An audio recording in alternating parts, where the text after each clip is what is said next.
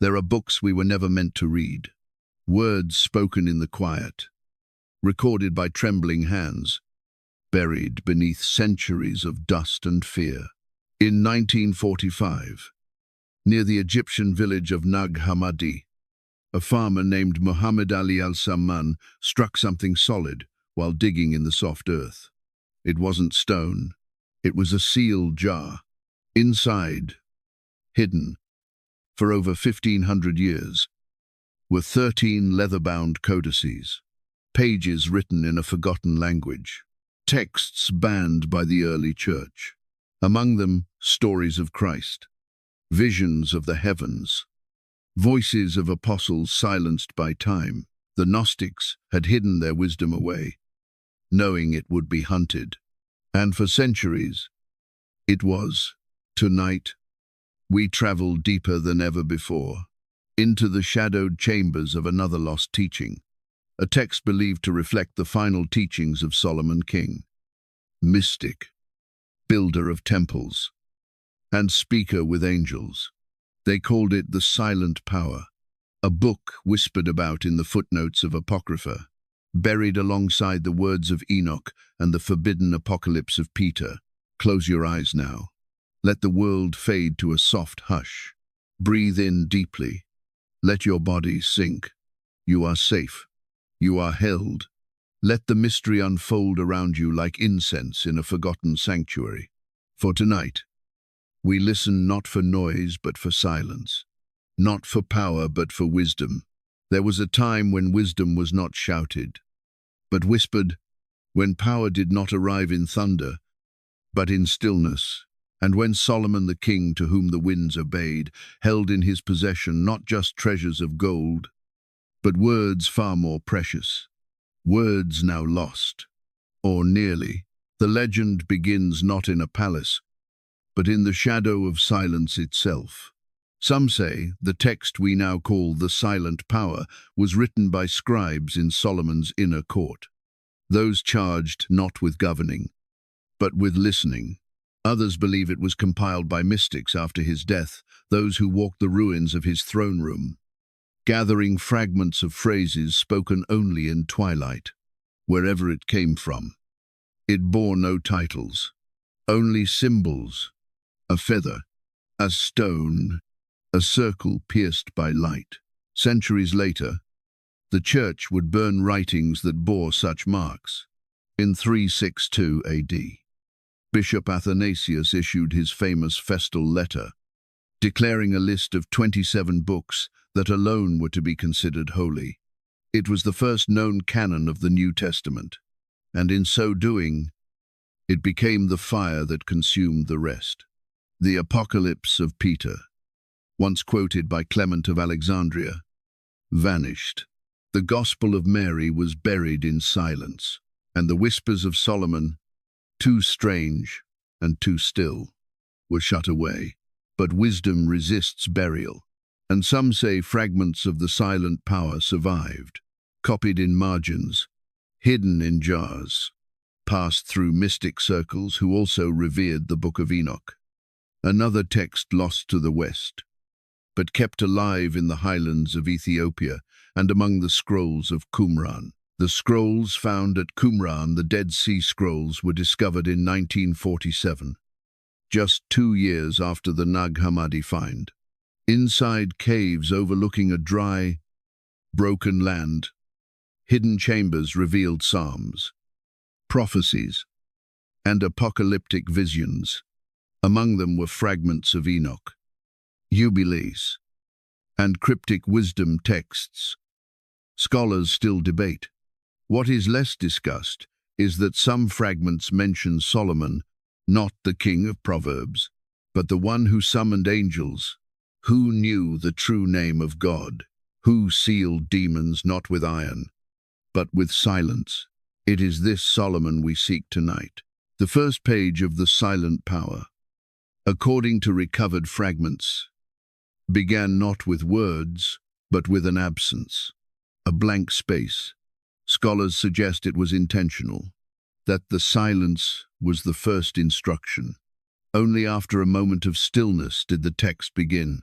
Power is the enemy of power. He who rules by voice shall be ruled by need, but he who governs by stillness shall not be moved. These were not commands, they were mirrors, not answers, but invitations. A fable follows. A man entered the temple of Solomon seeking wisdom. He bowed low, cried aloud, and begged for favor. But the king did not speak. The man wept, tore his robes, made sacrifice. Still, Solomon said nothing. Days passed. Silence. On the seventh day, the man ceased striving. He sat, he listened, he wept again. But now not from pride. And only then did the king open his mouth. "You are ready," he said, "because now you have heard the voice beneath the voice. Will cases in the words. There is no proof this tale was ever taught in the courts of Israel. But it rings like something Solomon would have understood. After all, he once wrote, "Even a fool is thought wise if he keeps silent." It shows the mystics who preserved the silent power, if indeed they existed, were said to be few. Called the keepers of breath, their records were not letters, but symbols: feather for humility, water for surrender, stone for truth, fire for the hidden light. And their greatest symbol, silence itself. Imagine, if you will, walking into a stone chamber lit only by oil lamps. The air smells of dust and cedar. You kneel, and before you is no scroll, no scribe, only the space. A space that asks you to listen not to stories, but to your own soul. That was their method, and that may be why the church feared them. In Irenaeus's Against Heresies, written around 180 AD, he names Gnostic thinkers dangerous for their private wisdom. He warns that secret teachings puff up the mind. But what if these weren't teachings of ego but of surrender? What if silence wasn't a weapon but a mirror? Perhaps this was Solomon's wisdom lost not because it was heresy, but because it required us to pause. The Gospel of Judas, rediscovered in a codex known as Chakos, and published in 2006, also invited a new way of seeing. It painted Judas not as a villain, but as a vessel fulfilling destiny by betrayal. Whether true or false, it reminded us, history is written by the loudest voices, but truth may hide beneath them. As we begin this journey through the silent power, let us slow, let us listen, let us not rush to grasp, but to let go. And in that space between the breath and the word may Solomon's voice rise again. They say that before Solomon ever wore a crown, before he built the temple whose stones hummed with sacred geometry, he was given a book, not by a man, but by a messenger, a being of light, an angel who descended not with trumpet or flame, but with a scroll sealed in firelight and silence. This is the legend of the Book of Raziel, a book said to contain all the wisdom of the stars, the winds, the depths of the sea. In Jewish mystical tradition, it was given first to Adam after his exile from Eden, passed to Noah during the deluge, and later delivered into Solomon's hands by the very angel who guarded Eden's gates. The text itself, if it ever truly existed, has never been found. But medieval references to Sefer Raziel HaMalach, the Book of the Angel, Raziel describe it as a compendium of hidden laws, celestial patterns, and divine names that allowed the reader to command the elements, speak to animals, and understand the movement of heavenly bodies. For Solomon, such a gift would explain the whispers that he ruled not just with logic, but with light. In The Silent Power, fragments suggest that this angelic wisdom was not about domination, but resonance, that the true ruler does not force the stars to move but aligns himself with the music they already play. One recovered line reads, "Do not raise your hand to command the wind. Sit still and the wind shall bend to your stillness. To modern ears, it sounds poetic, perhaps even abstract, but in the world of ancient mysticism, such teachings were considered actionable, even dangerous. The one who knew the names of the angels could call them. The one who knew the patterns could reshape destiny. And so, it makes sense that the silent power would vanish, sealed away with other forbidden texts. What makes this idea more than myth is how often it reappears in adjacent traditions. The Zohar, the great mystical commentary on the Torah, speaks of Or Haganuz, the hidden light of creation, a light so pure it was concealed after the first day, reserved only for the righteous. It is not the light of the sun or stars. It is a spiritual light, found only by those who quiet their hearts and open their spirits. Solomon's wisdom, then, may not have been cleverness, but clarity. He did not overpower the world. He harmonized with it. And if that is so, the silent power becomes not a manual of commands, but of alignments. Its goal not to conquer, but to understand. Another fable from the text goes like this. A boy approached the temple, carrying a question as heavy as a mountain. He waited outside the gates, speaking to no one, eating nothing, for 7 days. On the 8th day, Solomon appeared not in robes, but in silence. The boy opened his mouth to ask, but found he had no need. The answer was already within him. The king nodded and walked on. In this way, the silent power teaches that wisdom is not given, it is awakened. This echoes teachings found in the Gospel of Thomas, another text buried at Nag Hammadi and discovered in 1945. It begins not with a story, but with a startling line. Whoever finds the meaning of these words will not taste death. The sayings of Jesus in that gospel are cryptic, inward-facing. The kingdom is within you. He says, split a piece of wood, and I am there. Wind a stout. Such ideas were too radical for early orthodoxy.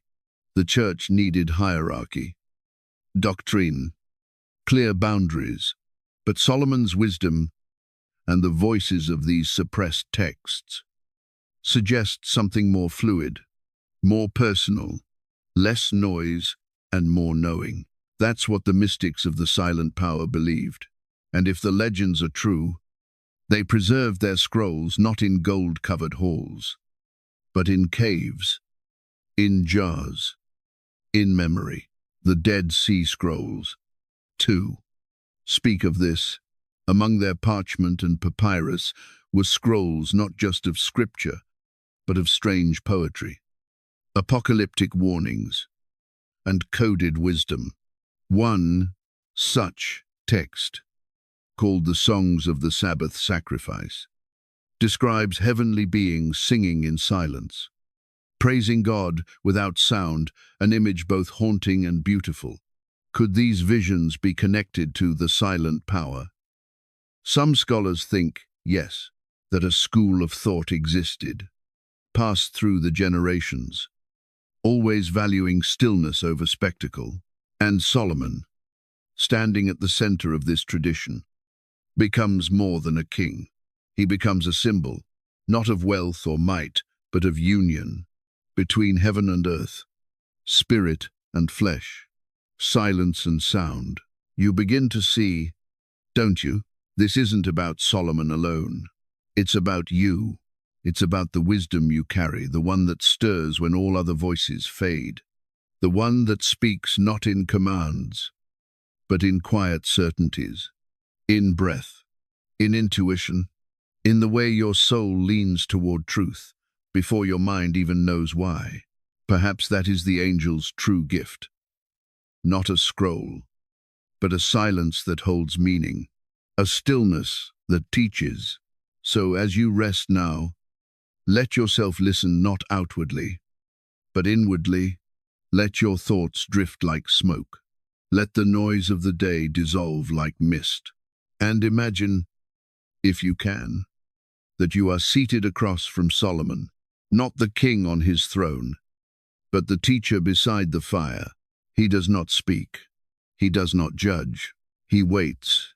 And in that waiting, something awakens in you, something ancient, something sacred. And perhaps, if you stay long enough in the silence, you will hear it speak. The silence that once surrounded Solomon's name began to fade, not because it had grown louder, but because the world around it had changed. In the centuries after his death, kings rose and fell, temples were built and broken, and scrolls were copied by candlelight into languages far from their birthplace. But not all scrolls survived. Some were whispered about only in fear, others were hunted and burned, and some, like the silent power, were simply buried. It is one thing to lose a book to time. It is another to erase it on purpose. By the 2nd century after Christ, the early Christian movement faced a dilemma. Dozens of Gospels and Revelations were being passed around among the faithful, some familiar, like Matthew and John, and others far stranger. The Gospel of Mary, the Gospel of the Egyptians, the Gospel of Judas, and amid them, a quiet chorus of mystical wisdom writings, echoes of Enoch, of Solomon, of angels, of the great secrets whispered from heaven to earth. To preserve unity, church leaders began to draw lines. A few texts were deemed sacred, the rest heretical. This effort reached a climax in 367 AD, when Athanasius, Bishop of Alexandria, sent a letter that would echo for centuries. In his 39th festal letter, he listed for the first time the 27 books that would eventually become the New Testament canon. He also condemned all others, calling them the Apocrypha of the heretics, writings that ought not to be read. Rehoboam. It was not merely a rejection, it was a burial. Among the condemned were texts that spoke of vision, of mystery, of silence, texts that taught not law, but illumination, the Apocalypse of Peter. For example, once widely read and even quoted by Clement of Alexandria, was excluded. So too, the Book of Enoch, known to early Jewish believers and even referenced in the New Testament letter of Jude. Why? Because they did not fit. They did not speak in the voice of empire. They did not echo the authority of structure. They pointed elsewhere to the secret heart, to the inner temple, and so they were cast out, but not forgotten. In the Egyptian desert, monks and mystics who had preserved the ancient ways buried their scrolls in clay jars. They knew what was coming, the fires, the swords, the silence. So they hid them in the earth, trusting that one day the time would return. In 1945, when those scrolls were finally unearthed near Nag Hammadi, the world glimpsed a library untouched by councils and creeds. The Gospel of Thomas, with its cryptic sayings, the Apocalypse of James, with its visions, the thunder, perfect mind, with its strange, feminine voice crying out from paradox and power.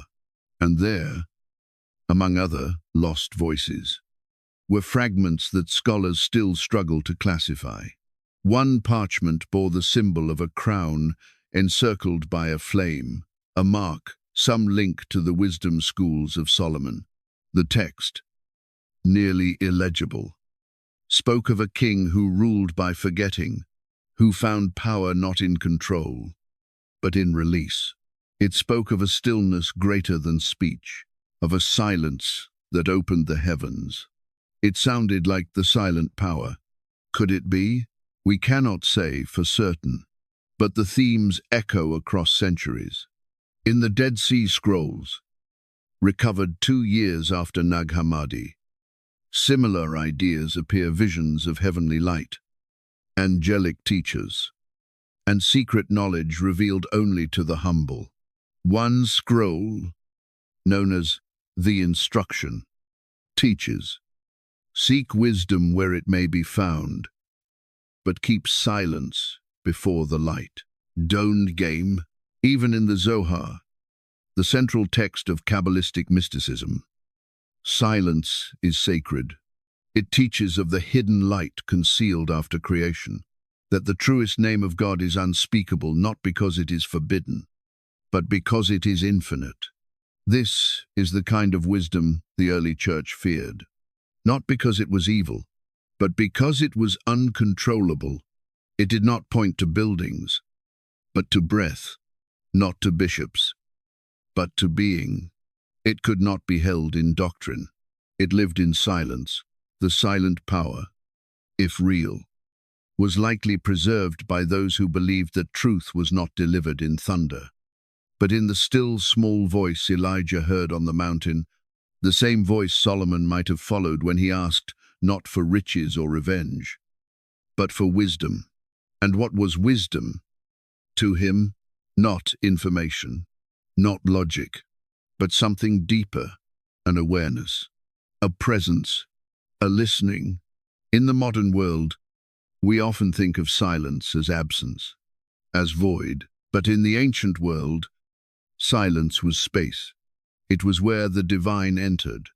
In temples, the Holy of Holies was not filled with music but with hush. In the wilderness, Moses heard God not in lightning, but in stillness.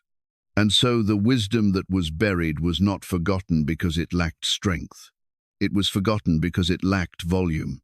But now, in this quiet space between your thoughts, it returns. You feel it, don't you? The pause between heartbeats, the warmth beneath the noise, the stirring of something ancient within you. Perhaps the silent power was never truly a book. Perhaps it was always an invitation, a doorway, opened not by hands, but by stillness. So breathe, let go of striving, and listen again for the wisdom the world buried. But your soul remembers. In the preserved fragments of the silent power, one of the most enduring parables bears a title that seems simple, The River and the Flame. Yet within this short tale lies a depth that speaks to the very heart of what Solomon may have known and taught in secret. It is not a story of conquest, nor of temple rituals or royal decrees. It is a story of perception, of listening, of surrender to something larger than logic. The parable begins in an unnamed land, where a solitary man lives beside a river that defies all understanding. The river, he observes, does not flow to the sea like others. It moves toward the mountains. Its current does not pull downward, but lifts upward, defying the rules that govern the world. The man's neighbors dismiss his observations. All rivers flow to the sea. They tell him, you must be mistaken. But the man does not argue. He only watches, day after day, as leaves drift against gravity, as the water sings a song no one else seems able to hear. One morning, something changes. A flame appears above the water, not a destructive fire, but a still and steady glow, hovering just above the surface. The air remains calm. The river continues its quiet ascent, and the man, humbled by the vision, kneels at its edge. The flame does not speak in words, but it fills him with meaning. The presence says, you have heard the current beneath the current. You have seen what others cannot. Therefore, I will teach you not to command the river, but to flow with it, not to wield fire, but to become its light. Mez, the parable ends there, no dramatic conclusion, no miracle, no applause. Only the presence, only the stillness. In this simplicity lies its power. The story offers no obvious lesson, no rule to follow. Instead, it becomes a mirror, one that reflects back the reader's willingness to see. For those versed in Solomon's mystical traditions, the imagery would not be foreign. The river is awareness, the flame is wisdom, and the man is every soul that dares to listen deeper than the surface of things. Solomon's name was long associated with more than earthly power. In Jewish mysticism and the later traditions of the Kabbalah, he was remembered as one who spoke the names of angels, who understood the speech of animals, who commanded not by force but by resonance. The book of Raziel, said to have been passed to Adam, then Noah, and finally to Solomon, described knowledge not as accumulation, but as alignment.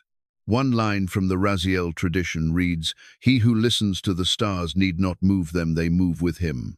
That is the wisdom echoed in the river that flows backwards. It is a knowledge of being in step with unseen rhythms, of surrendering control and thereby gaining clarity. Such ideas appear not only in Jewish texts, but also in the so-called heretical writings buried by the early church.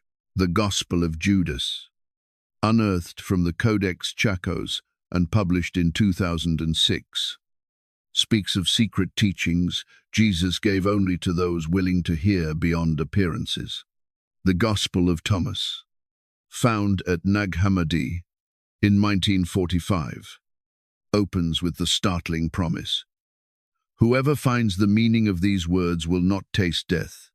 These writings point inward, not outward. They emphasize not hierarchy but revelation, not ritual, but recognition. The silent power fits within this tradition, a teaching not meant to be shouted, but uncovered like embers in the ashes. The river, then, is not just a river. It is the way of the soul when it stops chasing the world and starts remembering itself. The flame is the spark that appears when striving ceases. The man beside the river represents the seeker, perhaps even Solomon himself, in moments before kingship, listening for the deeper current. In the Zohar, a foundational text of Jewish mysticism, we find the teaching of Orhaganus, the hidden light. This light, created on the first day, was hidden away for the righteous and cannot be seen with ordinary eyes. Only the silent heart, the surrendered soul, can perceive it. The flame that appeared to the man may well be that same hidden light, even in the Qumran community, whose scrolls were hidden in the Dead Sea caves and rediscovered in 1947. We find echoes of this theme. One text, the Songs of the Sabbath Sacrifice, describes celestial beings singing praises to God not with sound, but with presence. Their voices are described as silence made visible, a music that moves beyond language. Could this be what Solomon knew? That there is a deeper music, and that wisdom is the act of tuning ourselves to it?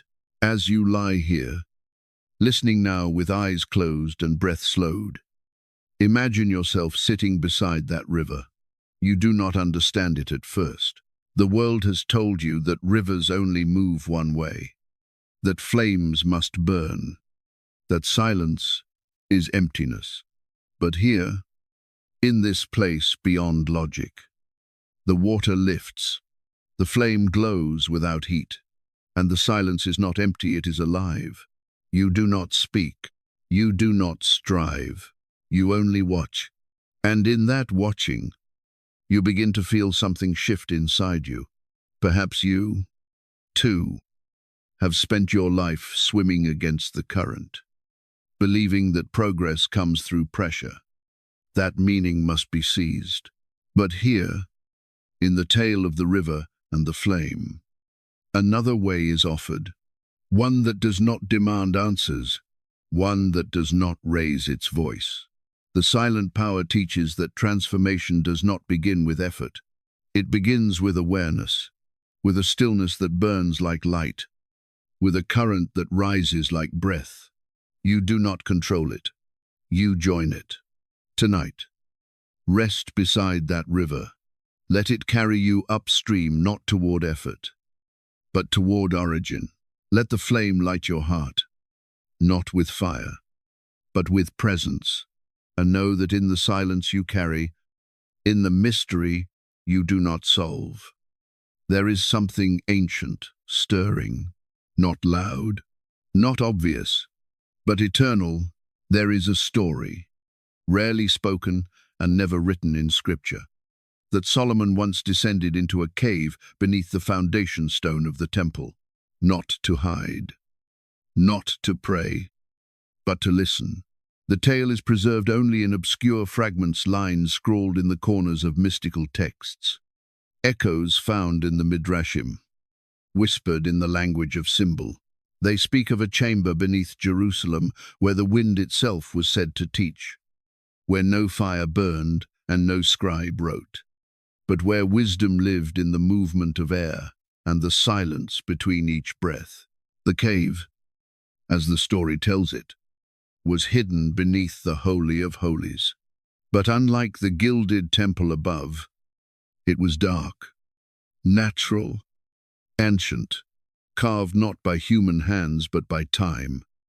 It opened into the earth like a wound waiting to heal. The air within was always cool, always shifting, and Solomon, who had the riches of nations, who had spoken with the Queen of Sheba and commanded spirits, would enter this cave alone, without robe or crown, and sit. That was all. He would sit and listen to the wind. What did he hear? Not voices, not visions, but patterns, whispers that made no sound, movements that made no sense to the outer ear, but to the soul. They were music. The wind would rise, circle the chamber, vanish, then return. Some said the currents formed letters in the dust. Others claimed the king learned to read the breath of God. In that cave, Solomon did not rule, he remembered. He remembered that wisdom is not gained by accumulating knowledge, but by removing what obscures it. That truth is not something spoken, but something uncovered. This legend connects in powerful ways to what we see in the silent power. A surviving fragment from that lost text reads, "He who listens to the wind shall know what cannot be taught. For breath is the first word of heaven, and silence is the last." This line, often dismissed as poetic metaphor, resonates too closely with mystical traditions to ignore. In Kabbalistic writings, the divine breath is central. It is the energy that animates the universe, the vibration that spoke the world into being. Even the Hebrew name of God, YHWH, is composed of sounds that can only be breathed, not spoken. The name is less a word and more a rhythm, a breath in, a breath out, a silence before and after. Within the Nag Hammadi scriptures, particularly in texts like the Gospel of the Egyptians and the Thunder, Perfect Mind, we see a recurring theme, that of knowledge coming through paradox and presence, not through formal instruction. I am the silence that is incomprehensible. One passage says, I am the voice whose sound is manifold. These aren't contradictions, they are keys. They reflect a way of seeing that requires the inner eye, the inner ear. The same way of seeing Solomon is said to have practiced in the cave. Further connections emerge when we consider the Dead Sea Scrolls. Among the writings recovered from Qumran was a strange document known as the Book of Mysteries. It contains cryptic statements about wind and spirit, about cycles of time, about hearing without hearing. The wind speaks in the language of the watchers. One line declares, "Blessed is he who makes his tent with the breath." Scholars struggle to classify it, but within the context of the silent power, it begins to make sense. It suggests that wisdom once flowed along unseen paths, carried not in words, but in wind. In one lesser-known Gnostic text, the Dialogue of the Savior, Jesus says to his disciples, "Understand what the great wind is, and why it moves the clouds." He is not giving a weather report. He is inviting them to understand something invisible that moves all visible things. The wind, in all these traditions, is not mere air, it is spirit. It is motion without shape, power without form. And to know it, one must first be still. That is what Solomon practiced in the cave. Stillness. He did not enter it to gain more. He entered to release. He left behind the noise of the court, the rituals of the temple, the trappings of rule. In the cave, there was no crown, only consciousness, no gold, only dust. And in that dust, stirred by wind, the king remembered that he was dust, too, that all his wisdom, all his writings, all his songs and proverbs, meant nothing if he could not hear the one who speaks without speaking. Perhaps that is why the silent power begins not with doctrine, but with stillness. Why it does not instruct, but invites. It is a continuation of the cave, a text born not of thunderous revelation, but of quiet return, a path not for the ambitious, but for the empty-handed, for the one who is willing to sit in the dark and listen not with ears, but with breath. And so, as you rest now, imagine yourself there. The cave is cool, the air is shifting gently, the stone beneath you is ancient, older than memory. No one speaks, not even you. You sit with your breath. You feel it rise and fall. You do not try to understand. You only witness. And in the flicker of that wind, in the hush that surrounds it, you begin to hear something that cannot be heard.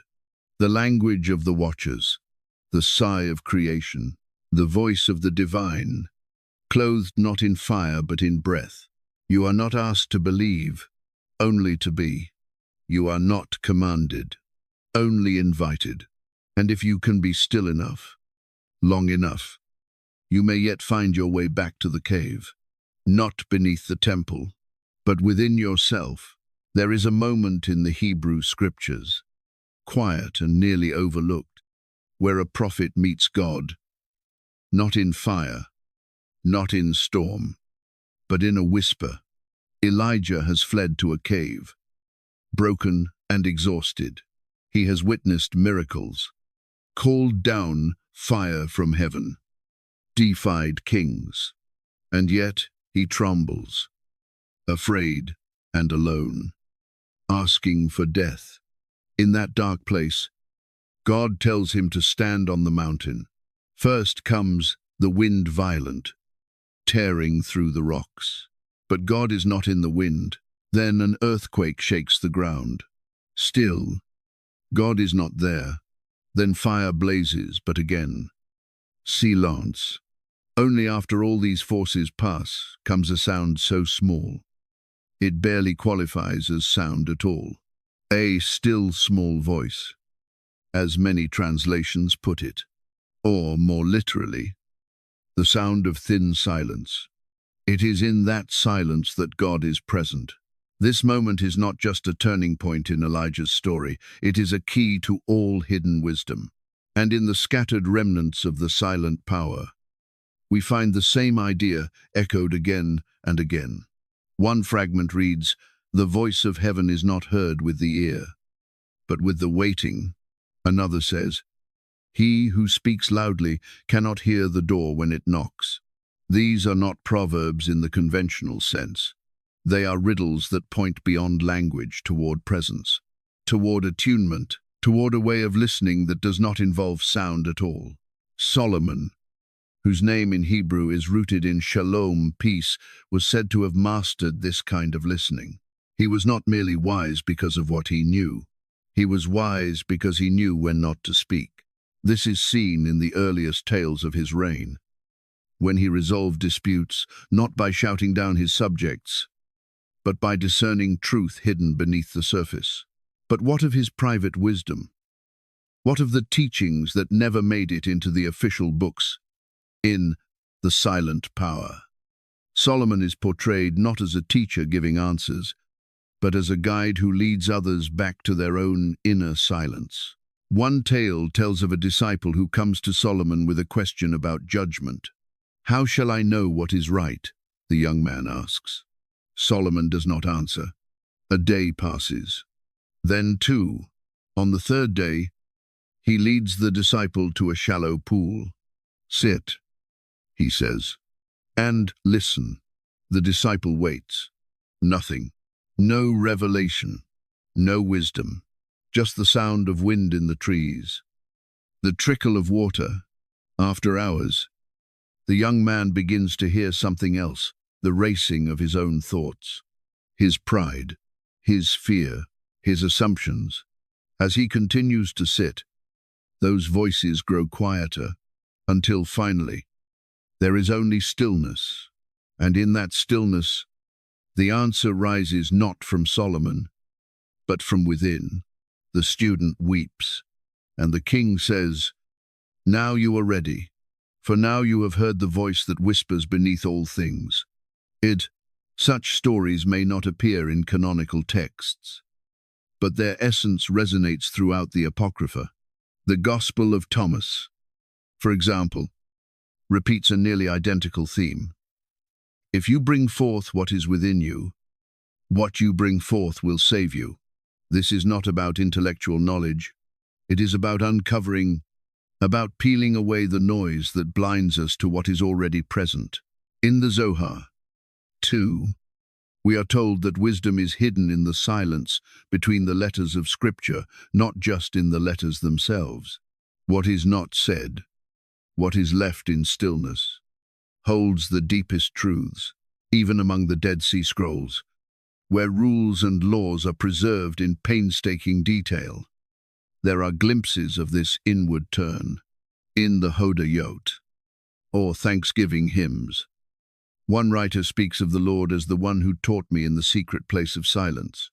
Another scroll urges the faithful to meditate day and night, and let silence be your companion.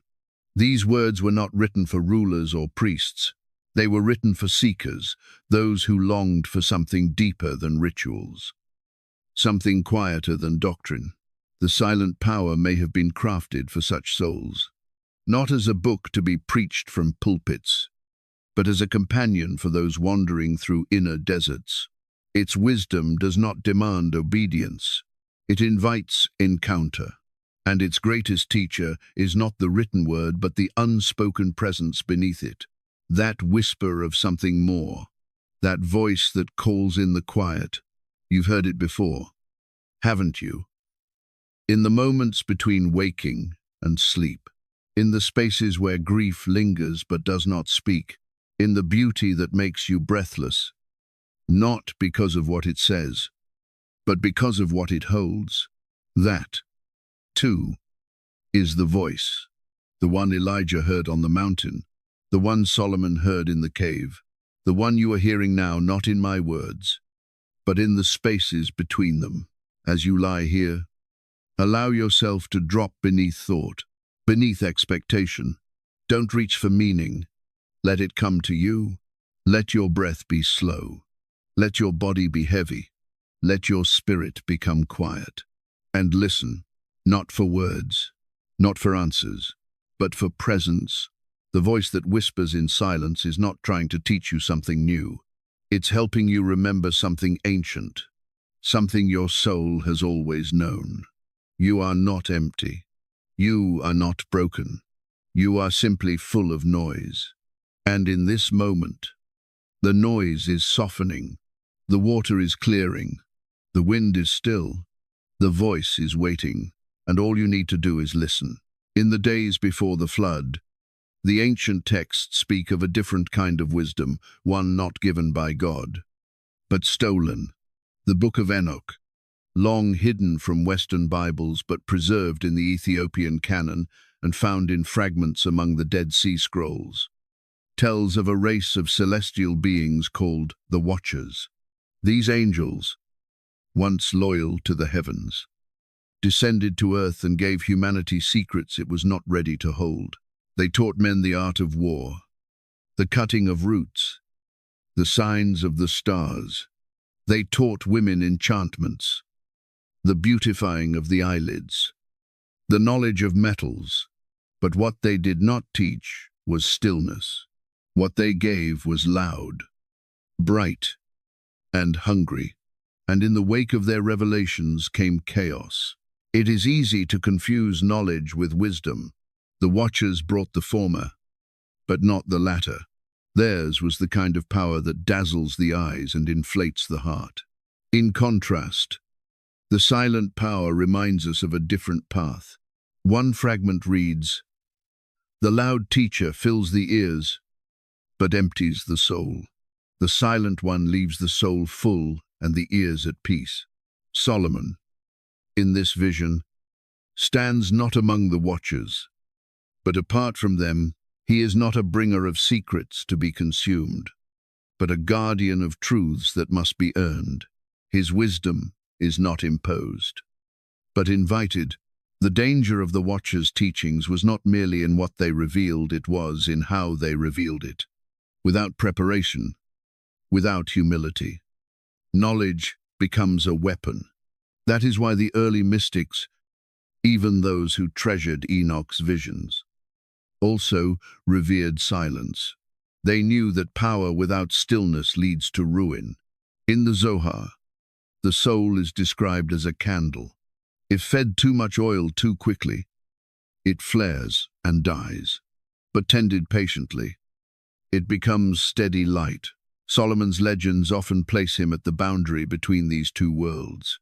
In the later magical texts, such as the Testament of Solomon, he is given a ring by the archangel Michael, a seal that allows him to command demons.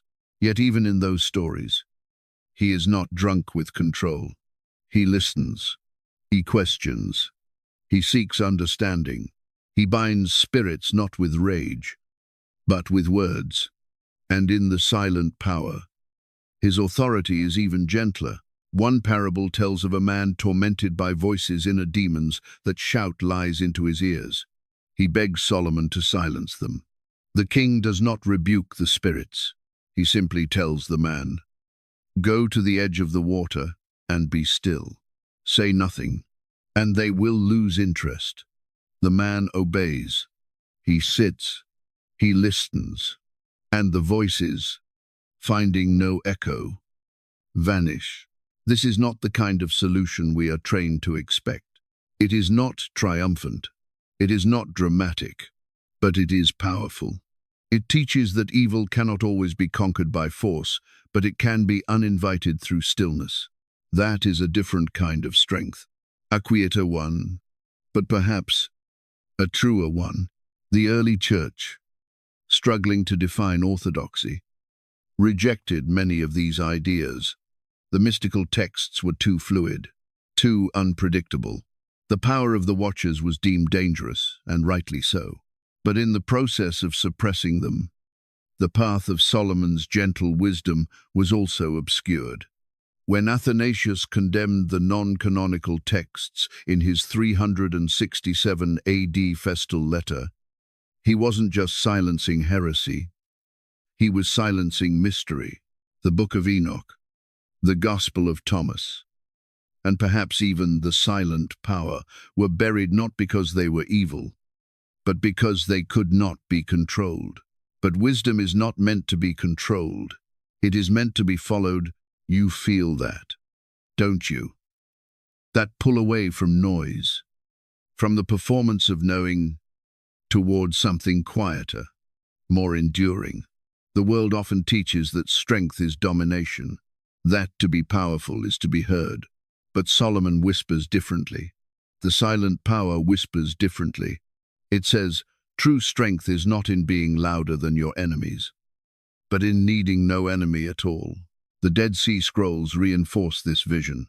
In one text, a teacher writes, "Blessed is the man whose heart is like still water, and whose mouth is like a sealed jar.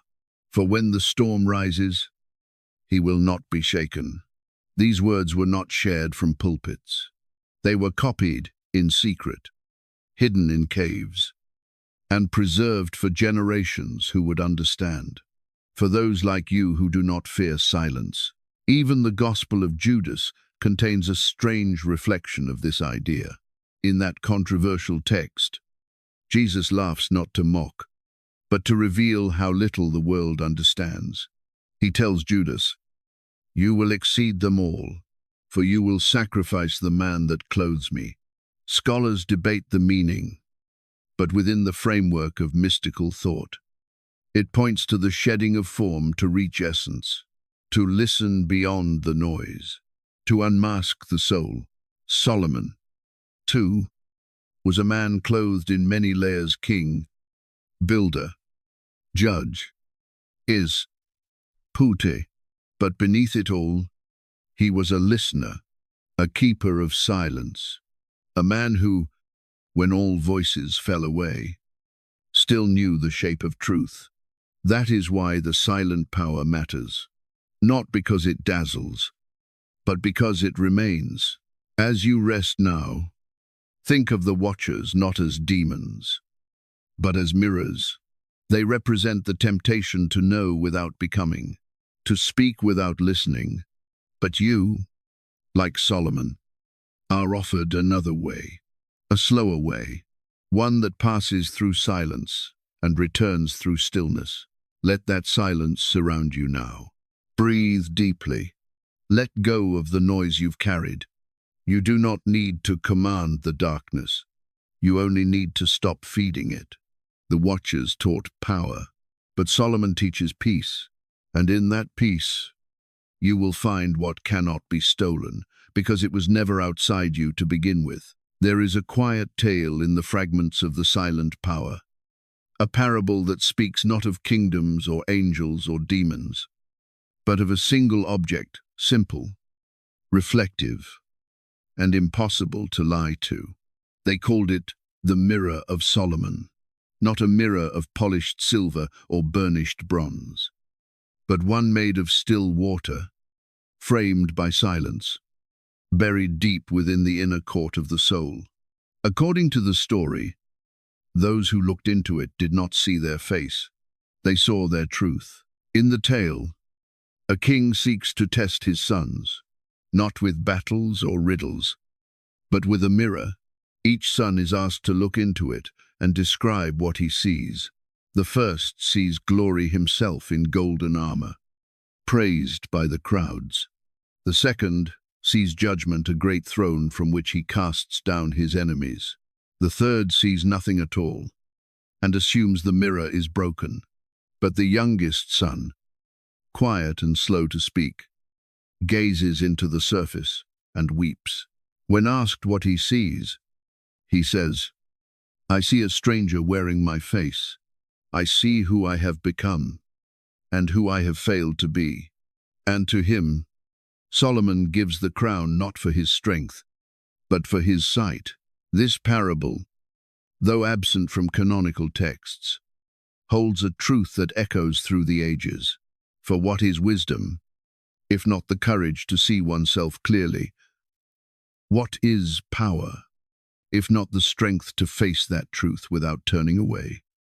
In our world, mirrors are everywhere, on screens, in windows, in passing glances.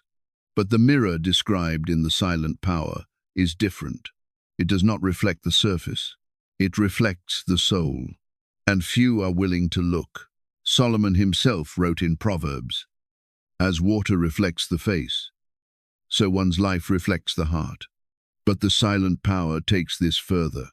It teaches that what we call life, the choices, the habits, the words we speak, is not merely a reflection, but a record, and the mirror shows it back, not with judgment, but with honesty. One passage reads, "The fool flees the mirror and shouts at the world. The wise man gazes long and finds a teacher in his own shadow." 2000. This theme is not unique to Solomon's circle. In the Gospel of Thomas, one of the sayings attributed to Jesus is this: "When you come to know yourselves, then you will be known, and you will understand that you are children of the living Father. But if you do not know yourselves, you dwell in poverty." It is a strange statement, less doctrine, more invitation, and it aligns precisely with the mirror's challenge. To know yourself is not to list your traits, but to encounter your essence, and such encounters are almost always uncomfortable. The mystics of Qumran, who preserved the Dead Sea Scrolls, knew this. Their community was built not around spectacle, but around inner purification. One scroll, known as the community rule, urges its members to examine their ways continually, to weigh their thoughts on the scales of righteousness. Another declares, "He who walks in truth must first be wounded by it." Mirrors do not flatter, they clarify, and in that clarity, we are changed. In one of the apocryphal visions of Solomon, found in a fragment now lost, but once quoted in Syriac writings, the king is asked by a visitor, "How do you know if a man speaks the truth?" Solomon leads him to a quiet pool and says, "Many pools, many pools, many pools.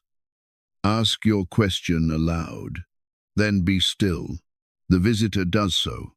The pool remains calm, but when the visitor lies, the water ripples. The man laughs. "This is magic," he says. But Solomon replies, "No, it is the mirror." And the mirror listens to the soul. Is no form. Readers, opens even process. What if you, too, carried such a mirror within you? What if, in moments of stillness, it rises to the surface? Not to shame you, but to show you, to offer you the gift of alignment.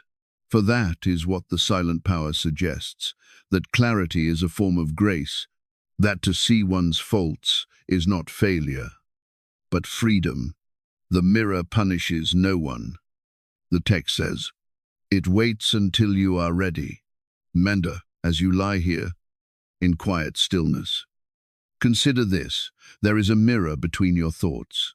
It does not speak. It does not condemn. It only reflects.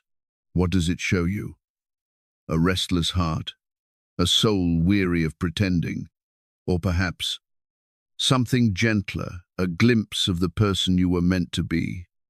Still waiting, still watching, still whole. The world teaches us to perform, to posture, to construct identities that please and protect. But wisdom asks us to remove the masks, to sit beside the mirror and wait. That is not easy. It is not comfortable, but it is necessary, for without self-knowledge, no other knowledge can stand.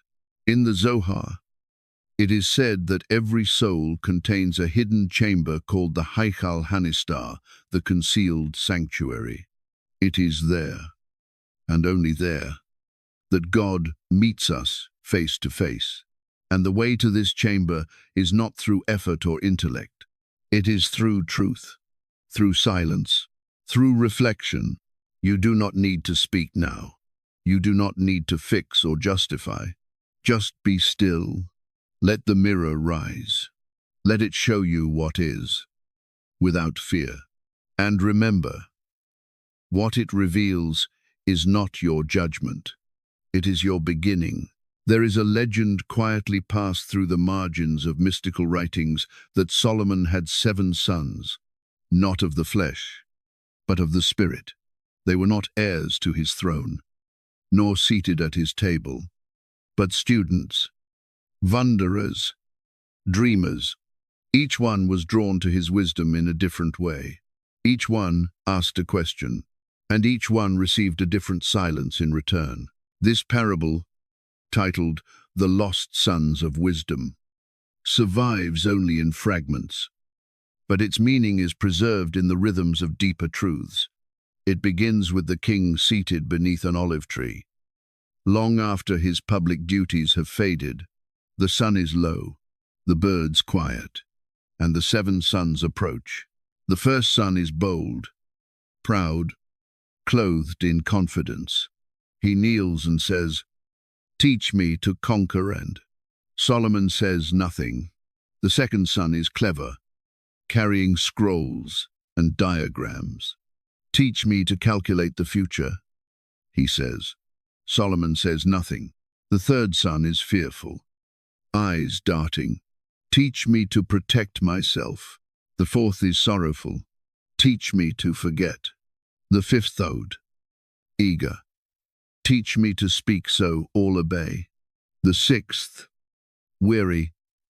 "Teach me to sleep without dreams." And the seventh says nothing at all. He simply sits. Days pass. The first 6 sons grow restless. He has no wisdom left. They whisper. His silence is proof. They rise and walk away, back into the world, their questions unanswered. But the seventh remains. In the evening, Solomon looks at him and says, "What did you come to learn?" The son says, "Only to be with you." And Solomon, smiling, replies, "Then you have learned all I know." It's said, this tale, while poetic, holds a seed of wisdom that runs through the silent power. The other sons represent the many ways we approach life through ambition, fear, grief, calculation, distraction. We come asking for tools, for strategies, for knowledge we can wield. But the truest wisdom is found in presence, in the act of being, not doing, of receiving, not demanding. The seventh son receives the inheritance, not because of what he seeks, but because of how he waits. This is echoed in the Gospel of Mary, a text buried for centuries and only rediscovered in the late 19th century. In it, Mary Magdalene speaks of a teaching Jesus gave in private, a wisdom the others could not understand. She says, "The teacher has prepared us to be fully human." This echoes Solomon's own approach in the silent power. To become fully human is not to dominate, but to dwell fully in the moment, to be still, and to hear what others miss. Among the Dead Sea Scrolls, this thread appears again. In the Scroll of the Blessings, a teacher writes, "Blessed is the one who sits in stillness and walks in mercy, for he shall be called a son of light." This is not a reward given for deeds or declarations. It is the fruit of posture of soul that waits without needing. Solomon's lost sons are all within us. At different times, we are each one, seeking power, seeking protection, seeking forgetfulness. But the seventh son, the silent one, that is who we are becoming. Even within the Zohar, there is a tale of 7 channels through which light enters the soul. Only one is always open, the one that receives in silence. The others are blocked by speech, by thought, by action. But this one, this channel of waiting, is clear. Through it, divine presence flows not with thunder, but with tenderness. It is the same channel Solomon taught, not with words, but with his breath, not with instructions, but with his stillness. In one surviving line from the silent power, Solomon is said to have written, "When I was young, I shouted for wisdom. She hid from me. When I was older, I listened for her. She wept beside me. And when I became silent, she entered me like breath." This is not poetry for its own sake, it is memory, a description of transformation, the movement from striving to surrender, from seeking to sitting, from being a son of knowledge to becoming a vessel of wisdom. As you lie here, soft beneath the weight of night, ask yourself, which son have I been? Have I come to life with questions like swords? Have I sought to master, to predict, to guard, to forget? Have I fled from silence, fearing its emptiness?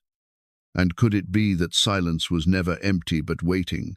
Could it be that the crown of wisdom is not worn by the loudest, but by the quietest soul? The sons who walked away may have found success. They may have built empires, won arguments, secured their names in the world. But they missed the gift. The gift was not power, it was presence. Not answers, but nearness. And the seventh son, the one who waited, became the living mirror of his teacher's heart. Tonight, as your breath slows, imagine that olive tree, the light fading, the breeze still, and beside you, the ancient king. He says nothing. He does not need to. His silence holds more than 1,000 books. You do not ask. You do not explain. You simply stay, and in the staying, you remember. You, too, are a child of wisdom. You, too, carry the inheritance, not in your words, but in your waiting. Let it settle now. Let your body rest. Let your spirit unclench. You do not need to chase the crown. It is already forming within you, silent and shining, shaped not by victory but by peace. There is a light, the mystics say, that was the very first to shine, before sun or moon, before flame or star, before the heavens stretched wide or the earth took form. This light glowed softly within the breath of God. The book of Genesis speaks of it in the first verses, "Let there be light." But the sages ask, how could light shine before the sun was made on the fourth day? What kind of radiance was this?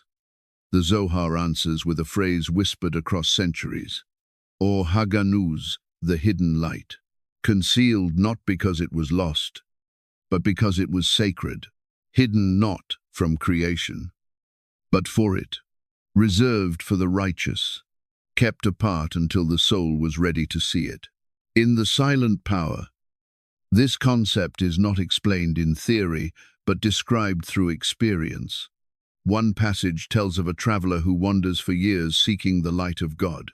He consults sages, crosses deserts, fasts for 40 days.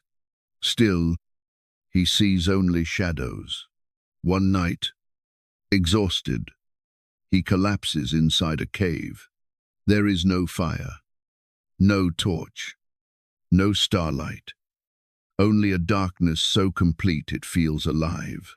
In that darkness, something opens in him, not a voice, not a vision, just a knowing, a warmth rising from within, soft as breath, steady as dawn, and he realizes the light he sought was never far. It was simply hidden, buried not in heaven, but inside his own silence. This tale is not isolated. In the Gospel of Thomas, Jesus says, "If your eye is clear, your whole body will be filled with light." The clarity he speaks of is not ocular, but spiritual. It is the inward gaze that perceives the Or Haganuz. And Solomon, in The Silent Power, is said to have taught that this light appears only when the distractions of the world fall away. The wise do not search for light. One fragment reads, "They remove what blocks it." In this, wisdom is not pursuit. It is permission. You do not chase light. You uncover it. The theme appears again in the Dead Sea Scrolls. One hymn speaks of a light that dwells in the secret places of the heart, known only to the humble. Another warns that those who love the clamor of men shall never see the lamp that burns in silence. The implication is clear. This light, this hidden brilliance, does not come through effort or argument. It arrives in the quiet, in the dark, in the still spaces where the soul stops trying to shine and simply begins to see. Solomon's name, in Hebrew, shares root with shalom, peace, wholeness, harmony. His wisdom was never meant to be loud. It was a tuning fork for the unseen, a harmony with the divine music playing beneath all things. In one account, he speaks of the light not as fire, but as a companion. She walks beside the righteous unseen. lighting their path with no shadow. She does not burn, she blesses. This description echoes the mystic understanding of light as consciousness, as presence, as that which both reveals and heals. Even Athanasius, in condemning the apocryphal books in his 367 AD festal letter, could not erase this idea entirely. Light, especially hidden light, continued to appear in the writings that survived suppression. The Gospel of Mary, the Gospel of Philip, the Gospel of the Egyptians all contain language of illumination, of inner awakening. They speak of light not as doctrine, but as experience. Do not seek it in buildings. One line says, "For it is the veil between your thoughts, that veil, thin and trembling, lifts only when the soul becomes quiet enough to notice." You may have felt this light before, just for a moment. In the hush of early morning, in the pause after weeping, in the silence between prayers. It is not theatrical. It does not dazzle. It is a soft radiance, a subtle warmth, a recognition without words. And it is always there, waiting behind the noise. The world will tell you to look outward, to find meaning in lights that flash, voices that shout. But Solomon's wisdom turns your face inward, toward the cave, toward the darkness where the hidden light lives. The Gospel of Judas, controversial though it is, preserves a fragment that echoes this deeply. The stars will mislead you, but the silence will teach you. It reads, "The light is not above but within." Such phrases remind us that ancient wisdom was never about performance. It was about presence, and the presence of light, when found in darkness, is not just illumination, it is transformation. As you lie here now, still and quiet, imagine that cave, the one the traveler stumbled into. There is no torch, no fire, only darkness so pure it breathes. And in that darkness, your own soul begins to glow not with borrowed light, but with its own native flame. It does not flash. It does not cry out. It simply is. And as it grows, it reveals not the world, but yourself. Not your titles or regrets, but your truth, your goodness, your quiet connection to something eternal. Do not rush to name it. Do not try to explain. Just receive it. Let it settle in your chest like warmth. Let it widen in your breath like peace. This is not the end of your search. This is its beginning. For the light you seek has always been near. It is Or Haganuz, the light hidden not in heaven, but in you. And now, you are ready to see. There was once a temple unlike any other, built by command of heaven, shaped by the vision of a king whose wisdom drew craftsmen from every nation. Its stones were set not only in earth, but in meaning. Meaning. The Temple of Solomon rose on Mount Moriah with chambers aligned to starlight, altars mirroring the cosmos, and a holy of holies that no man entered but once a year, and only with trembling. Gold lined the walls. Incense filled the air, and choirs of Levites lifted songs toward a sky that seemed to lean down and listen. And yet, for all its grandeur, for all its radiance and ceremony, the holiest moment inside the temple was one no one heard. It was the silence that fell after the sacrifice, after the flame, after the song. A silence so profound it felt alive. That silence was the presence. But what happens when the temple falls? The Babylonians came with iron and flame.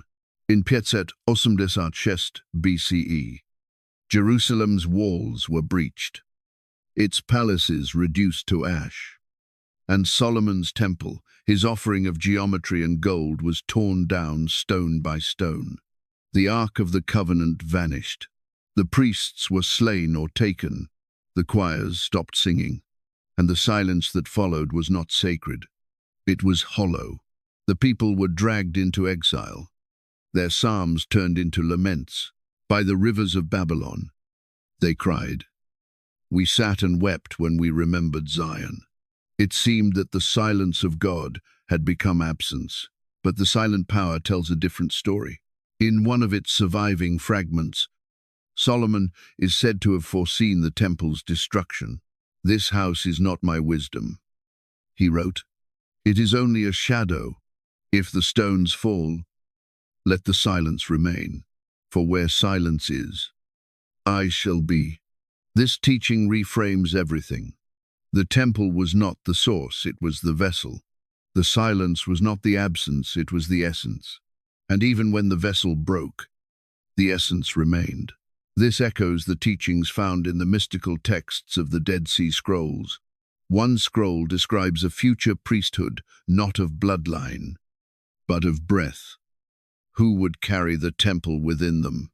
Another describes a sanctuary without walls, a holy place, made not of cedar and gold, but of stillness and mercy. Even in exile, the people were not without a temple. They simply had to remember where it truly stood. In the Gospel of John, Jesus says, "Destroy this temple, and I will raise it again in 3 days." His listeners scoffed. How could such a building be remade so quickly? But he was not speaking of stone. He was speaking of the body, of the self as sacred space. This is the secret Solomon may have left behind, that the temple was never meant to last forever. It was an icon, a mirror, a guide to something deeper, in the silent power. There is a fable of a boy who enters the ruins of the fallen temple. All that remains are cracked stones and broken altars. He weeps, not for the loss of the building, but because he believes God is gone. Then a wind stirs the dust, and in the center of the rubble, he hears a sound, not a voice, not a song, but breath. He places his hand over his heart. The rhythm he feels there is soft, steady, living, and the silence around him shifts. It is no longer empty. It is filled with presence. This story mirrors the deeper truth carried in the apocryphal texts buried and banned by the early church. The Gospel of Thomas says, "Split a piece of wood, and I am there. Lift a stone, and you will find me." This is not temple language, it is interior language. A faith of nearness, not distance. A sanctuary that cannot be toppled by armies or set ablaze by empires. One that lives where silence is welcomed. When Athanasius issued his 367 AD decree declaring which texts were sacred and which were heretical, he believed he was protecting the faith, and perhaps he was. But in choosing only what could be controlled, he may have excluded what could be encountered. The silent power was never designed for doctrine. It was not a rule book. It was a mirror, a breath, a silence into which the divine could step without form. The Zohar says that when the temple was destroyed, the Shekinah, the indwelling presence of God, went into exile too, not to leave her people, but to wander among them, to whisper in dreams, to dwell in broken places, to be found, even in the ruins. This is the heart of the mystery. That holiness is not confined to heights, but walks in the valleys. That when the temple fell, heaven did not retreat. It scattered like embers, into the breath, into the soul. And now, dear listener, it has come to rest in you, as you lie here, with the night around you and your breath like incense. You carry what no priest ever held. You are the temple, not in metaphor, but in mystery. You are the space where silence becomes presence, where the divine hums behind your heartbeat. You do not need a building. You do not need a ritual. You need only to be still. Let the silence rise around you now. Let the ruins fall away. You are not abandoned. You are not alone. The breath that hovered over the waters still moves. The light that filled the temple still glows. The wisdom of Solomon was never written in gold, it was carried in silence. And that silence has found you. Be still, and remember, there is an image in the silent power, etched into the parchment of a forgotten fragment, that speaks more deeply than many sermons. It is simple, a feather lying beside a throne. That is all. No words explain it. No voice interprets it. Yet beneath the surface, it breathes with meaning. The throne weighty, carved, immense, represents authority, status, the might of kings and kingdoms. The feather light, fragile, moved by the gentlest breath, seems its opposite. And yet, in the silence between them, a question forms. Which carries more truth? Solomon is said to have pondered this image late in his life. One passage from the silent power imagines him walking alone through his palace. Long after the voices of counselors and courtiers had faded, he stops beside the throne where he once judged the people and lays his staff across its arms. Then, from his robe, he pulls a feather, a quill used for writing proverbs, and places it at the foot of the throne. This, he says to the emptiness, has guided more than the scepter. The moment is not recorded in scripture, but its spirit pulses through the wisdom traditions, the greatest truths. It reminds us, do not arrive with trumpets. They descend like feathers. This paradox is ancient. In the Egyptian Book of the Dead, the soul of the deceased is weighed against the feather of Ma'at, the goddess of truth and balance. If the soul is heavier, it is cast aside. If lighter, it is received. A heart unburdened by pride, unchained by vengeance, floats. A heart weighed down by judgment sinks. This image appears in the silent power not as myth, but as parable. He who clutches the throne with clenched hands. The text reads, shall find it crumbles, but he who carries the feather with reverence shall never fall. Solomon's wisdom was not built upon control, but on alignment with something quieter, something lighter. The throne, after all, demande attention. It is visible, it is fixed in place, but the feather moves, it rides the air, it does not resist, it surrenders. And in doing so, it travels farther than armies. This was Solomon's secret. He ruled a kingdom. Yes, but deeper still, he ruled his own heart. He knew when to speak and when to remain still. He knew that justice without mercy is tyranny, and that truth without humility becomes a weapon. The throne was his duty, the feather was his freedom. This contrast is echoed in the Gnostic texts found at Nag Hammadi. In the Gospel of Truth, the divine is described not as a king, but as a song that cannot be sung aloud, a presence that knows the heart before it speaks. In the thunder, perfect mind, the voice of wisdom declares, I am strength and I am fear. I am war and I am peace. I am the silence that is incomprehensible. Like the feather, these texts float between opposites. They are not meant to be solved, but received, like Solomon's image. They settle gently on the soul. Even the Dead Sea Scrolls speak of this paradox. In one hymn, the teacher of righteousness writes, you have taught me that the weak shall stand and the proud shall fall, that the whisper outlives the trumpet. These are not the words of revolutionaries. They are the songs of those who have seen the inside of silence, who know that the weight of the world cannot be carried with clenched fists, but must be borne with open hands. Solomon may have sat upon a throne, but the silent power teaches us that his truest seat was not carved of stone. It was stillness. His crown was not gold. It was understanding, and the feather his emblem. His guide was not weakness. It was clarity. To live lightly is not to live carelessly. It is to live wisely, with intention, with awareness, with breath. One passage tells of a dispute brought before the king. Two men, each claiming the same field, their ancestors, their titles. Their documents all clash. Solomon says nothing. Instead, he brings them to the field at dawn. Mist covers the ground. A single white feather lies upon the soil. See how it rests? He asks. The land is not yours. It belongs to peace. He who disturbs the feather shall forfeit the land. The men are stunned. They do not understand. But one turns and walks away. The other stays, angry, shouting.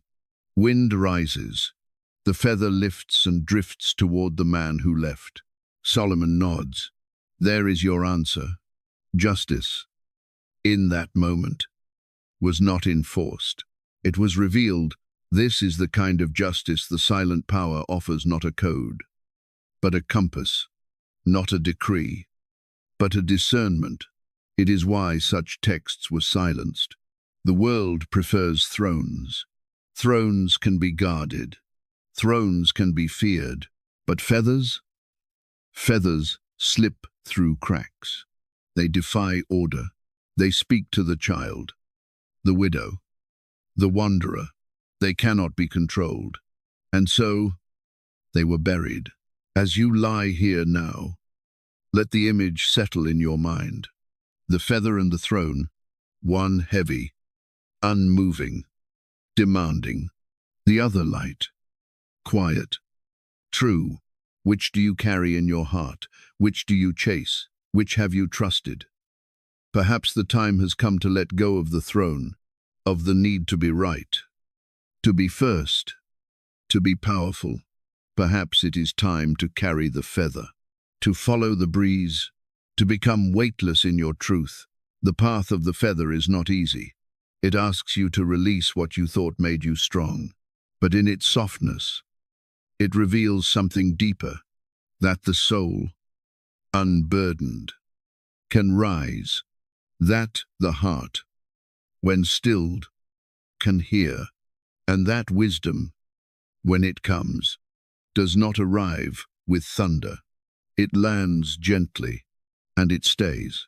Long before the stone tablets rested in the Ark of the Covenant, long before the temple rose on Mount Moriah or the Psalms were sung in Jerusalem's courts, there was fire, a fire that did not burn but carved, a flame that did not destroy but wrote. The book of Exodus tells us that the commandments were inscribed by the very finger of God, not ink, not chisel, flame, divine will taking shape in light. But what few stop to ask is this: what kind of fire writes? And what is written not on stone but upon the soul? The silent power returns often to this image. One of its most vivid fragments describes Solomon standing before an altar at twilight. The flame dances, as it always does. But this time, something changes. The fire rises in a single column and traces a pattern in the air letters, not of any known alphabet, but symbols of breath and stillness. Solomon watches, and in that moment he understands the flame is not just heat, it is intention. The fire does not consume, it communicates. The finger of fire, the text says, writes upon all who wait, and what it writes cannot be erased. Maced. This image is not exclusive to Jewish tradition. In the Gospel of Luke, Jesus casts out demons by the finger of God, linking fire with authority. In mystical readings, fire becomes revelation itself, a force that unveils rather than destroys. And among the Dead Sea Scrolls, in a scroll scholars call the Songs of the Sabbath Sacrifice, angelic beings are said to be clothed in fire, their names written in flames upon their limbs. The ancients understood something we have forgotten, that fire when divine, does not burn. It brands truth into the soul. In Solomon's vision, the fire that writes is not external. It is the spark within. The silent power speaks not of flames that leap from wood, but of the slow illumination that rises in silence. Each soul is a scroll. One line reads, "And the finger of fire writes its name where none can see." This is not metaphor alone. It is mystic experience. To be branded not in flesh, but in awareness. To be marked not with scars, but with insight. There is a parable within the text, quiet, humble, but unforgettable. A child is born under a starless sky. The midwife says it is a bad omen. The parents are silent. The child grows with no signs of greatness. He speaks late. He walks slowly, but every time he enters a room, the candles flicker, not wildly, just enough to whisper. As he ages, he studies nothing, learns no trade, claims no wisdom, but those who sit beside him weep without knowing why. One day, a traveling sage visits the village. He sees the young man sitting by a fire and stops in awe. "The writing is upon him," he says. "Do you not see? He carries the finger of fire." No one understands, but when the young man looks up, his eyes carry a silence so deep it glows. That is the power Solomon speaks of, the power to illuminate without sound, to bear fire without heat. In Kabbalistic teachings, fire is aligned with Gevurah, strength, discipline, boundary, but when balanced with Hesed, mercy, it becomes refinement, fire that tempers, not tortures. In the Zohar, the soul's ascent is likened to rising through flames, not to be punished, but to be purified. Each level burns away illusion, leaving only essence. This is the fire Solomon knew, the fire that writes truth, not for judgment, but for remembrance.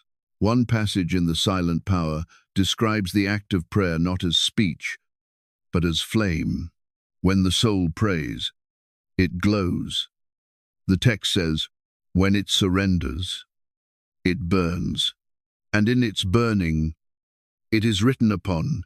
This echoes the teaching found in the Gospel of Thomas. If you bring forth what is within you, what you bring forth will save you. What is within is fire, and fire, when released gently, transforms everything it touches. Even the scrolls hidden at Qumran reflect this quiet fire. One text refers to the faithful as embers beneath the wind, waiting for the divine breath to awaken them, not to blaze and consume, but to become light in the darkness. It is a gentle image, but powerful. For fire that does not consume is not weakness, it is mastery. Solomon's throne was fireproof. They said, not because of magic, but because of wisdom. Because he knew that the fire he carried was not meant to burn others, it was meant to warm, to reveal, to guide. The same flame that carved the commandments into stone now writes upon the hearts of the listening. And you, dear listener, carry that same scroll within you.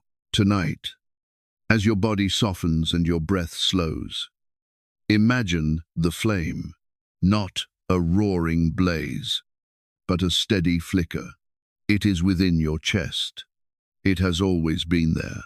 It does not seek to destroy your past, but to illuminate your path. The finger of fire is writing now not in judgment, but in promise, not in punishment, but in peace. You are being inscribed, not by force, but by presence. Let it happen. You do not need to control it. You do not need to understand it. You need only to be still. And in the stillness, the letters will form. The words will rise. The truth will shine not from above, but from within. The fire is gentle. The fire is good. The fire is yours. She appears only once in the fragments of the silent power.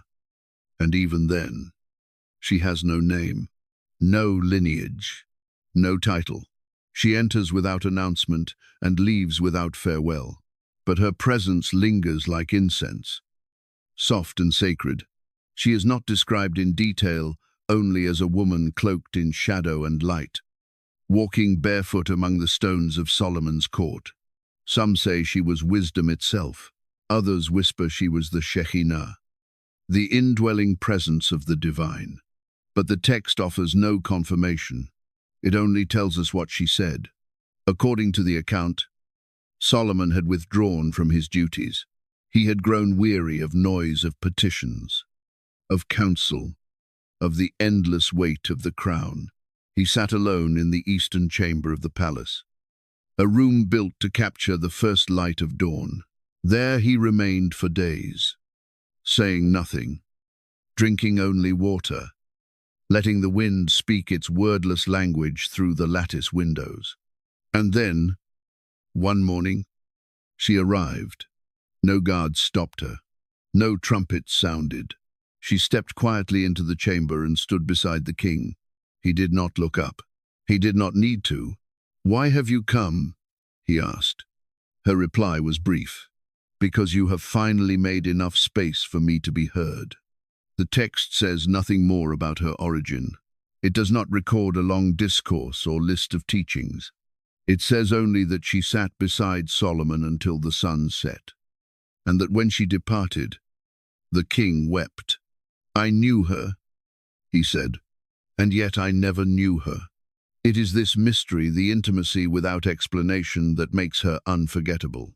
In the book of Proverbs, Solomon speaks of wisdom as a woman. She was with God in the beginning, rejoicing always before him. This personification, feminine, eternal, joyful, runs deep in Jewish tradition. In the apocryphal wisdom of Solomon, she is described as a breath of the power of God, a reflection of eternal light. And in the Gospel of Philip, one of the Gnostic texts from Nag Hammadi, there is a passage that says, "Wisdom is barren because she is not recognized by the children, but when she is known, she bears much fruit."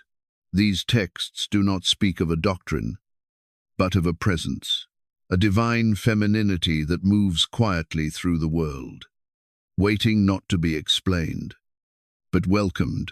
The woman with no name represents this presence. She does not argue. She does not display power. She waits for silence.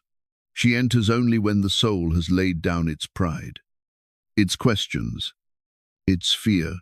She is not absent, she is patient. And when she speaks, it is not to answer but to awaken. In the silent power, her visit marks a turning point. After her departure, Solomon writes, "I have heard many voices, kings, prophets, angels, but none clearer than hers, for she spoke without raising her voice, and I was undone." Men. There is another layer to her identity, one that echoes through the mystical writings. In the Zohar, the Shekinah is the feminine aspect of God's presence, dwelling in exile with humanity, suffering when we suffer, rejoicing when we return. She is not a separate deity. She is the part of the divine that waits in the cracks, in the hidden places, in the unspoken. The woman with no name may well be this Shekinah, stepping into Solomon's stillness to remind him that silence is never empty. It is where she lives. Her role is mirrored in the Gospel of Mary. When the male disciples are troubled and afraid after Christ's death, Mary Magdalene comforts them not with argument, but with remembrance. "He has prepared us," she says, "to be more fully human." And when they doubt her, she does not fight. She weeps, then departs. Wisdom, it seems, rarely demands to be heard. She simply waits to be received. In one of the final fragments of the silent power, Solomon writes a single line beneath an otherwise blank page. She came, and I remembered who I was. He does not elaborate. But that remembering wordless, intimate, transformative may be the entire point. Wisdom is not information. It is communion, not something added, but something uncovered. And to uncover it, one must be still enough to notice the presence that has waited all along. As you lie here now, eyes closed, breath slow, imagine her beside you. She does not speak. She does not teach. She only remains. Until you are ready, you feel her not as sound, but as weightless presence, a peace that needs no explanation. She does not judge. She does not require you to be anything more than what you are in this moment. That, too, is wisdom, not the pressure to improve, but the invitation to return. Perhaps she has visited you before in moments of clarity you could not explain, in tears that came without cause, in joy that rose like a tide for no reason at all. Perhaps she walks with you always, unnoticed, unclaimed, unnamed. And now, in this quiet, you hear her footsteps again. Let her stay. Do not rush to define her. Do not seek to hold her. Just remain still. Let your soul remember. Let your breath receive. The woman with no name has come not to change you, but to reveal that you were never far from truth. You were only noisy. Now, you are quiet. And she is here. Solomon's ring has inspired legends for millennia. It was said to bear a seal etched not by human hands, but by angels. With it, he commanded the spirits of the air, subdued demons, spoke to animals, and deciphered the secret paths of the stars. In some tales, the ring was cast in gold and iron, representing both heaven and earth. In others, it was fire itself, cooling only when worn by the righteous. But in the silent power, the story shifts. The seal of Solomon is not worn on the hand, it is carved on the heart. And it is not given by angels, it is granted by silence. The fragment opens with Solomon sitting at the edge of a great field, his court behind him, the morning winds stirring the tall grass. Alone, without guard or servant, he closes his eyes and breathes. He is not seeking visions. He is remembering. And as the sun rises, the wind forms a circle around him. Within it, the voice of a seraphim, one of the burning ones, descends, not with fire or wings, but with stillness. It does not speak in words. It speaks in rhythm, and in that rhythm, the king receives a mark not visible, but real, a seal of peace so complete that no force can shake it. The seraphim do not guard fire. The text says, they guard silence. And when they seal you, you become untouchable. Moseng, this idea that true protection is not force but stillness, runs counter to most legends. Stories of Solomon's ring usually emphasize domination over spirits, over nature, over fate. But the silent power reimagines the seal as a sign of inner sovereignty, the power to rule not others, but oneself. The seraphim, in this vision, are not fiery sentinels. They are keepers of presence. They burn not to destroy, but to purify. And those who carry their seal are marked not by might, but by calm. This echoes themes found in the apocalyptic and mystical texts, long excluded from canon. In the Book of Enoch, the Watchers are judged not only for their rebellion, but for giving humans knowledge without wisdom, tools without grounding. In contrast, the righteous are sealed upon their foreheads, marked not by violence, but by faithfulness. The Dead Sea Scrolls speak of such a seal in poetic terms. One hymn reads, "You have placed upon my brow the sign of your rest. Your peace goes before me like a flame that does not burn." This is not magic, it is transformation. A shift from fear to assurance, from chaos to quiet. In one story within the silent power, a soldier approaches Solomon, desperate to be freed from nightmares. "I have slain many men," he says, "and their shadows follow me." Solomon does not rebuke him. He does not offer sacrifice or penance. Instead, he tells the man to sit alone in the outer courtyard for 7 nights, saying nothing, moving little. "If the shadows come," he says, "welcome them. Do not speak. Do not flee." The man obeys. On the 7th night, he no longer fears the shadows. They pass like smoke. When he returns, Solomon places a hand on his chest and whispers, "Now you are sealed." The soldier is never the same. The seal of the seraphim, then, is not a tool.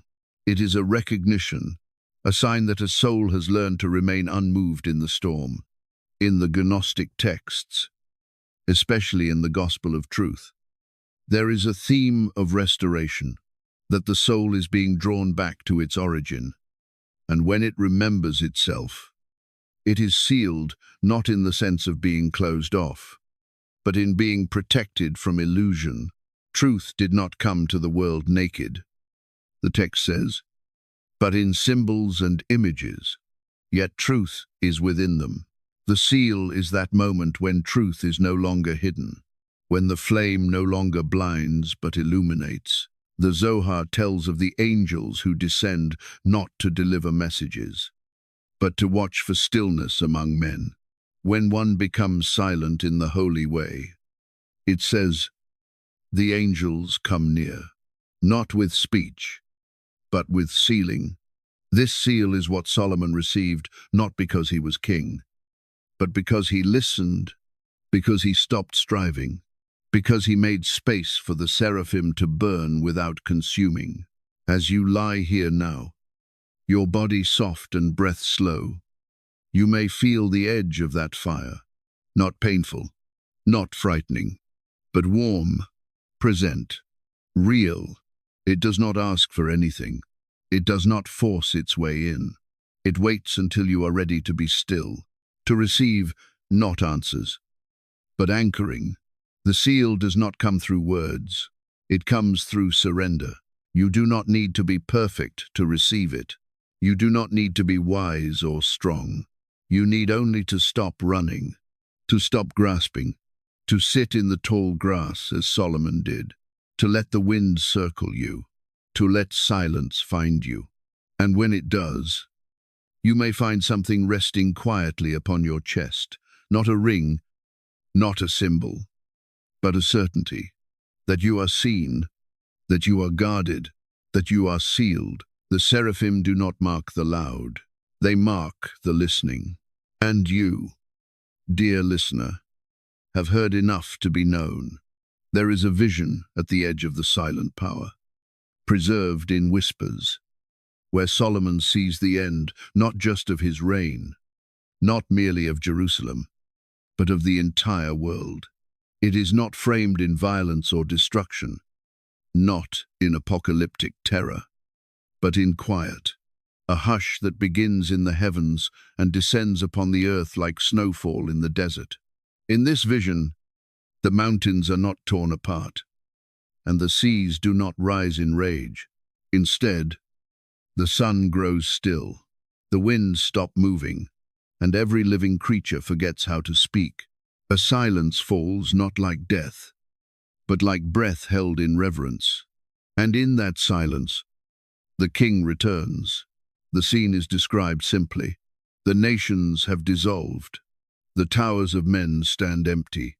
The marketplaces have grown silent. No wars are waged because no one remembers what there was to fight for. In the center of a plain once crowded with cities, a single figure stands. He does not wear a crown. He carries no scroll. He says nothing. but his presence is unmistakable. It is Solomon, not as the king of gold, but as the man of silence. His robe is worn. His eyes are calm, and where he stands, the earth remembers peace. In this vision, no trumpet announces his arrival. No angel cries out. Instead, a wind circles him once, then rests. Animals gather. The trees bend. Even the stars seem to lean closer. And Solomon lifts his hands not in command, but in welcome. One final phrase emerges from the text: he ruled by silence, and so silence obeyed him. It is not dominion as we know it. It is resonance. The king does not shout to be heard, he simply is. And the world, exhausted by noise, listens. This image may seem foreign to our modern idea of endings. We expect fire. We expect finality. But in the apocryphal and mystical traditions, the true end is not destruction, it is reunion. In the Gospel of Thomas, Jesus says, "The end will be where the beginning is." And in the Zohar, it is written that the soul returns not to judgment, but to embrace. Solomon's vision aligns with this truth. The end is not a curtain falling, it is the silence before the first word is spoken again. Even among the Dead Sea Scrolls, particularly in the War Scroll, where battles between light and darkness rage across cosmic time, there is a strange, quiet conclusion. After all the conflict, all the ritual, the last line reads, "And there shall be rest for the righteous, and silence in the holy place," as if the highest form of victory is not sound, but peace. Solomon's silence, then, is not absence. It is presence fulfilled. When everything has been said, when every lesson has been spoken, every parable shared, all that remains is stillness. And in that stillness, the world is made whole again, not by force, not by decree, but by simply being what it was always meant to be, a resting place for the divine. One tale within the silent power tells of a shepherd boy who stumbles upon the king in his final days. The boy, unaware of who he stands before, asks, "Old man, why do you sit here alone?" Solomon, now free of his name and station, replies, "Because the world is ready to listen." The boy hears nothing, but when he lies down beside the king that night, he dreams of rivers flowing backward, of trees humming songs, of a city built from breath. And when he wakes, he is different. He cannot say how. He only knows that everything has grown quiet inside him. This, too, is the inheritance Solomon offers, not gold, not law, but a silence that awakens the soul, a calm that makes the earth gentle again. The king at the end of the world is not a conqueror. He is a mirror, reflecting to the world its truest self, unafraid, unhurried, whole. You, dear listener, carry this silence. 2. Beneath the surface of your thoughts, beneath the armor of your anxieties, beneath the noise of what you believe you must become, it waits. And perhaps, even now, as you rest, as your breath settles and your mind grows soft, you can feel it rising, not as a voice, not as an answer, but as Solomon himself, quiet, ancient, and entirely at peace. Let this moment be your plane. Let this be the center of all things, where the kingdoms of worry dissolve, where the noise of the world bows low. There is nothing to chase, nothing to prove. You are not at the end. You are at the beginning again. And the king who stands here rules nothing but holds everything in stillness. Be still with him. That is all. The last page of the silent power is blank.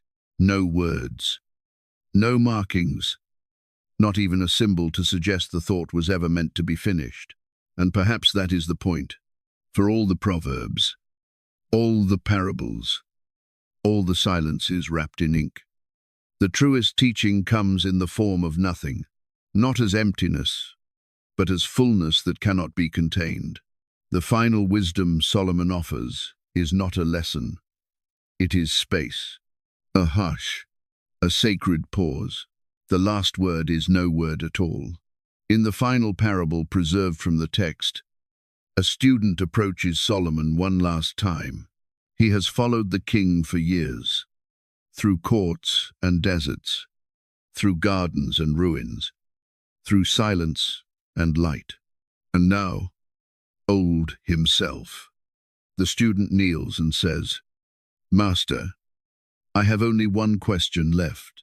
What is the greatest truth?" Solomon does not answer.